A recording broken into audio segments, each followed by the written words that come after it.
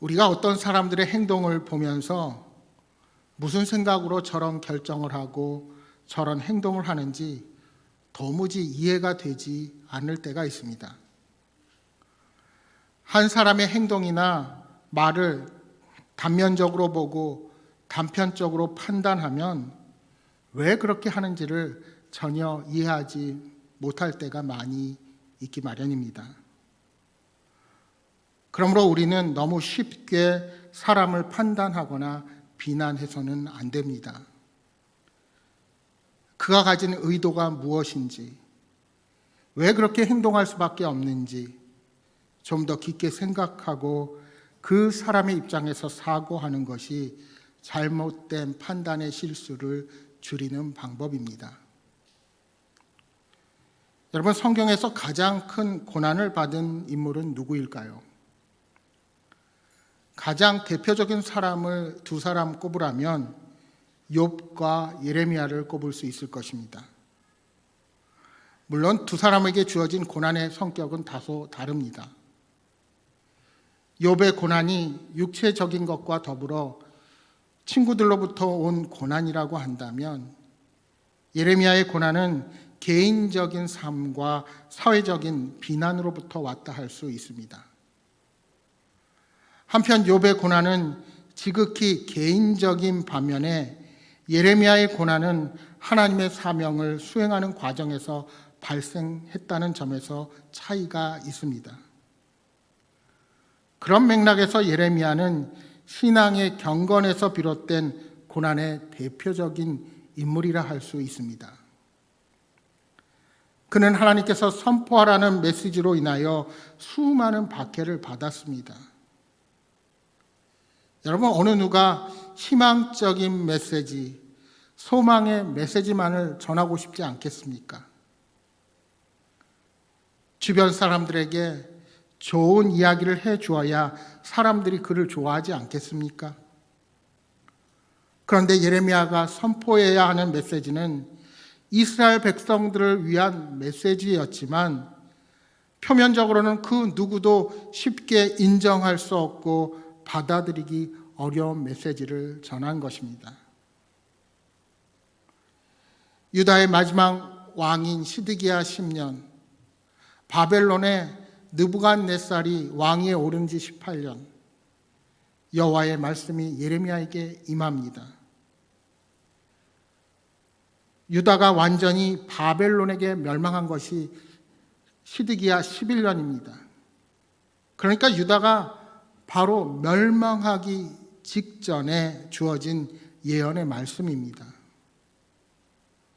바벨론이 유다를 침략하여 예루살렘을 포위한 상황에서 예레미야는 불온한 유언별을 퍼뜨린다는 죄와 또한 바벨론에 협력할 수 있다는 점 때문에 왕국 시대 뜰에 갇혀 있었습니다.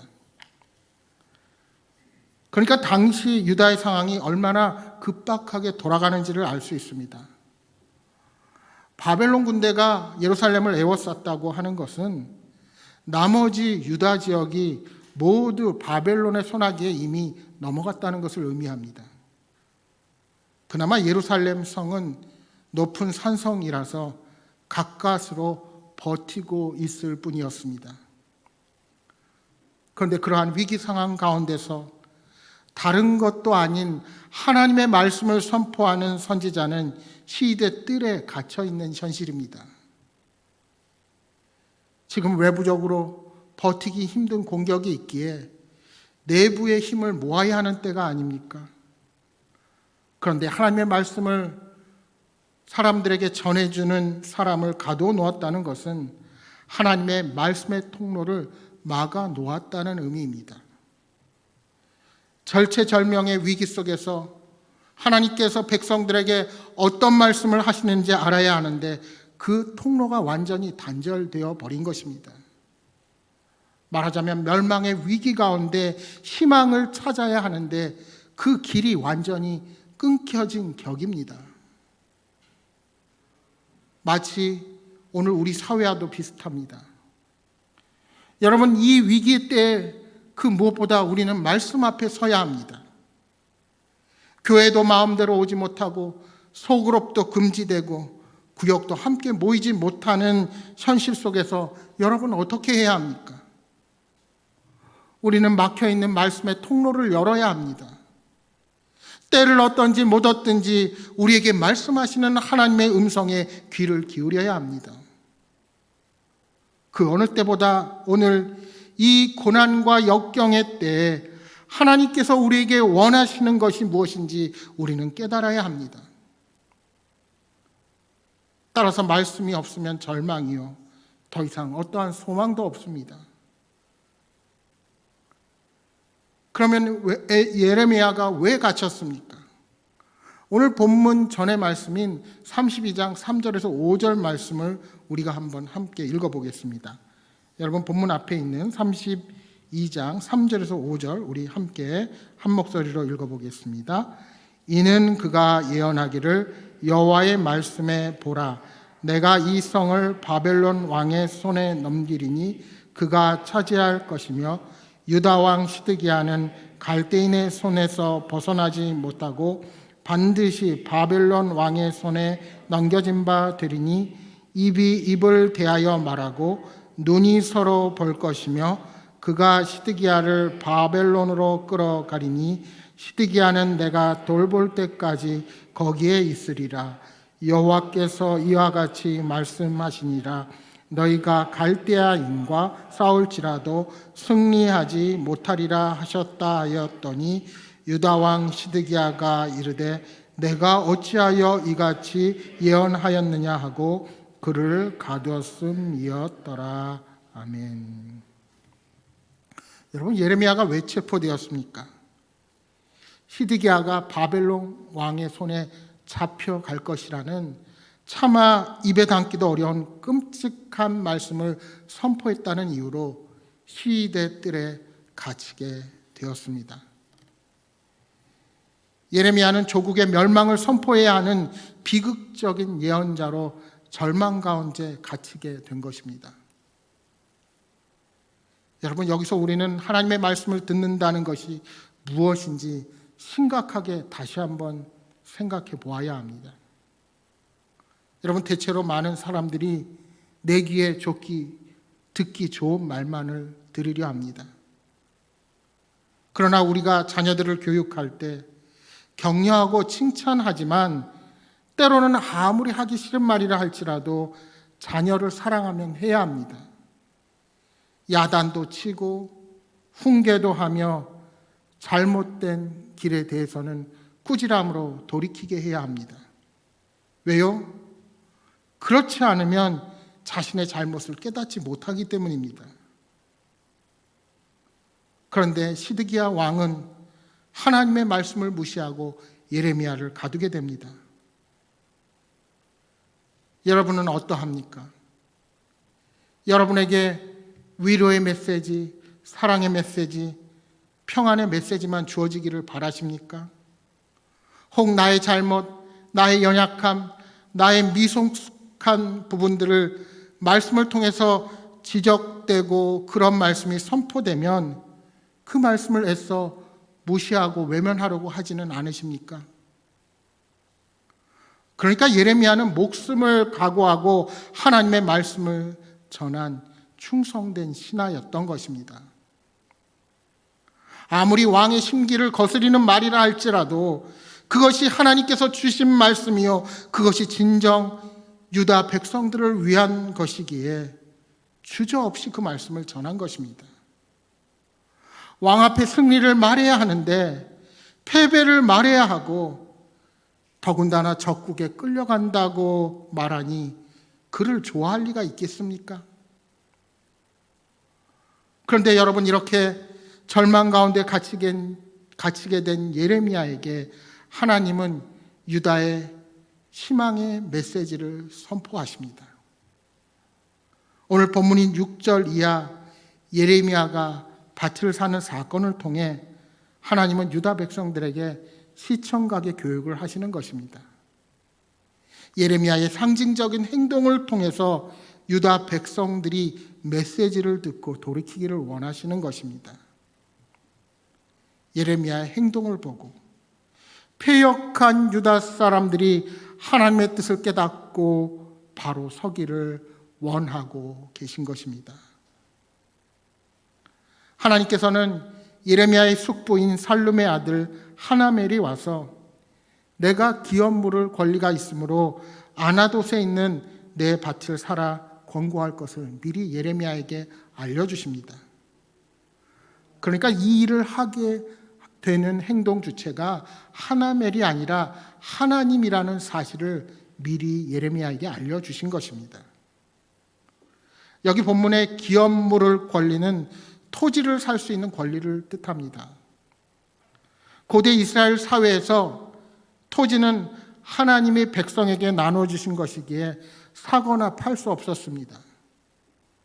땅은 지파별로, 족속별로, 가족별로 나누어서 경작되었습니다. 다만 어떤 특별한 사정으로 가난한 사람이 토지를 팔고자 할 때에는 가장 가까운 친척이 와서 그의 형제가 판 것을 물을 수가 있었습니다. 그러니까 이는 토지의 소유가 다른 가족이나 타인의 가문으로 넘어가지 못하도록 하는 하나님의 조치였습니다. 그러므로 어떤 사람이 토지를 팔 때 그 땅을 살 수 있는 우선순위는 가장 가까운 친척이 되는 것입니다. 그 친척이 기업 물을 권리, 즉 토지를 살 수 있는 권리를 우선적으로 갖게 되는 것입니다. 살룸은 예레미야의 작은 아버지였고 그의 아들이 하나멜이었습니다. 사실 하나멜이 왜 아나돗의 밭을 팔고자 했는지는 성경에 나와 있지는 않습니다. 그러나 우리가 추측해 볼 수 있는 것은 아나돗은 베냐민 지파에 속한 땅으로 예루살렘 북쪽에 위치했습니다. 그러니까 이미 바벨론의 침략으로 폐허가 되어 거의 쓸모없는 땅으로 변해버리고 만 것입니다. 그렇게 생각해 볼 때 누구보다도 바벨론의 침략을 예언하고 나라가 멸망한다는 것을 예언한 예레미야가 침략으로 폐허가 되어 쓸모가 없어진 땅을 사려고 하는 것은 도저히 사람들이 보기에 합리적인 결정으로 볼 수가 없는 것입니다. 나라가 망하는데 폐허가 된 땅을 왜 사야 합니까? 더구나 8절에 보시면 너를 위하여 사라 하고 말씀합니다. 언제 죽을지 모르는 예레미야, 감옥에 갇혀서 위험에 처한 예레미야, 그에게 벌써 바벨론에게 짓밟혀서 빼앗기고 쓸모가 없는 땅을 자신을 위하여 사라고 말씀하는 것입니다. 여러분 같으시면 이렇게 미련해 보이는 일을 실행하실 수 있으시겠습니까? 나라가 적국에 포위되어서 언제 정복당할지 모르는 위태로운 상황에서 누가 그 땅을 살 수가 있겠습니까? 그런데 예레미야는 그 제안을 수락합니다. 왜요? 하나님께서 말씀하셨기 때문입니다. 예레미야는 땅값으로 은 17세겔을 지불했습니다. 이는 그 당시에 일용직 노동자 1년 6개월간의 품삯에 해당하는 큰 돈입니다. 물론 폐허가 되고 아무도 땅을 사려고 하지 않아 땅의 값이 내린 상태에서 내린 결정인데 이 정도 가격입니다. 그렇게 큰 돈을 들여 그 밭을 산 이유는 단 하나입니다. 70년 후에 유다를 회복시키겠다는 하나님의 언약의 약속이 있었기 때문입니다. 그래서 예레미야는 정상적으로 땅을 사는 과정을 백성들 앞에서 다 보여줍니다. 하나멜과 증서를 쓰고 증인을 세워 정확하게 계약을 체결합니다. 증서 하나는 봉인하지 않은 열람용이고 다른 하나는 보관용으로 증인들의 이름을 봉인한 것입니다.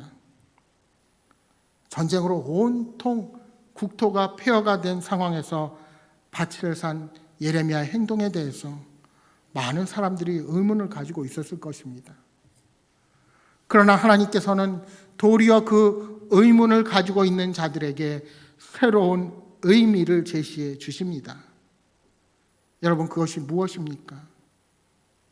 지금 보이는 이 장면이 역사의 끝이 아니라는 것입니다. 하나님께서 예레미야의 상징적인 행동을 통해 유다 백성들에게 보여주시고자 했던 것은 폐허가 된 현재 상황 너머의 장면이었습니다.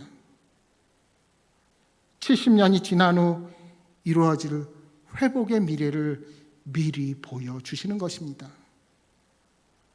그러니까 예레미야는 다 끝난 멸망의 땅으로 유다가 다시 돌아와서 정상적인 경제 활동이 이루어질 것을 말씀하고 있는 것입니다. 그래서 15절에 이렇게 말씀합니다. 만군의 여호와 이스라엘의 하나님께서 이와 같이 말씀하시니라. 사람이 이 땅에서 집과 밭과 포도원을 다시 사게 되리라 하셨다 하니라. 그렇습니다. 하나님의 본뜻은 유다 백성들의 멸망이 아닙니다. 그들은 심판과 저주로 끝나지 않고 하나님께서 그들을 고치신 후에 다시 회복하게 될 것입니다. 그래서 그들이 집과 밭과 포도원을 다시 사게 될 것입니다. 하나님은 예레미야를 통하여 그날에 있을 회복을 미리 보여주시는 것입니다. 결국 하나님은 환난의 날에 고난과 심판만을 말씀하시지 않습니다. 하나님은 고난의 자리에서 심판만 말씀하지 않고 회복이라는 희망의 메시지를 동시에 전해 주십니다. 그렇다면 오늘을 살아가는 우리들이 고난의 자리에서 어떤 태도로 모든 어려움을 극복해 나아가야 할까요? 첫째로 말씀에 대한 뜨거운 열정을 가져야 합니다. 여러분, 고난 자체를 좋아서 선택하는 사람은 아무도 없습니다. 그러나 우리가 가야 할 길에 고난이 예상된다고 해서 피하기만 할 수는 없습니다. 그 길이 하나님께서 제시하신 길이라면 더욱 그러합니다. 예레미야는 하나님의 말씀을 숙명처럼 안고 살아갔습니다. 그에게 있어서는 말씀이 전부였기에 말씀만 붙들고 고난의 길을 기꺼이 감수했습니다. 예레미야서 전체를 보시면 그는 늘 언제나 혼자였습니다. 고향 사람들도 그를 배척했습니다. 그는 결혼을 할 수도 없었고 잔치집이나 상갓집에도 갈 수가 없었습니다. 이처럼 본디 뜻이 있는 사람이 걷는 길은 고난과 고독이 동반되기 마련입니다. 그 길이 바로 예레미야의 길이었습니다. 그런데 이 같은 고난의 길을 견딜 수 있었던 힘이 어디에 있었을까요? 그것은 바로 말씀에 대한 뜨거운 열정이었습니다.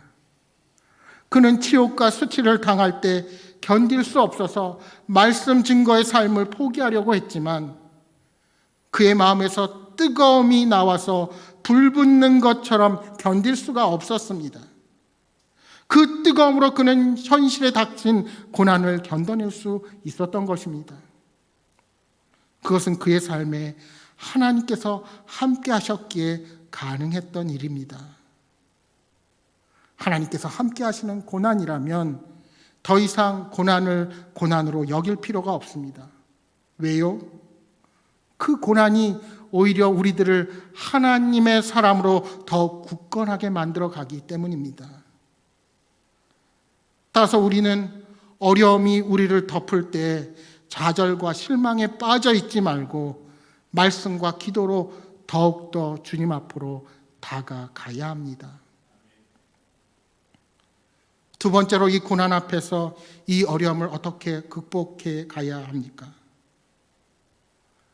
하나님의 관점에서 그 고난을 바라보아야 합니다.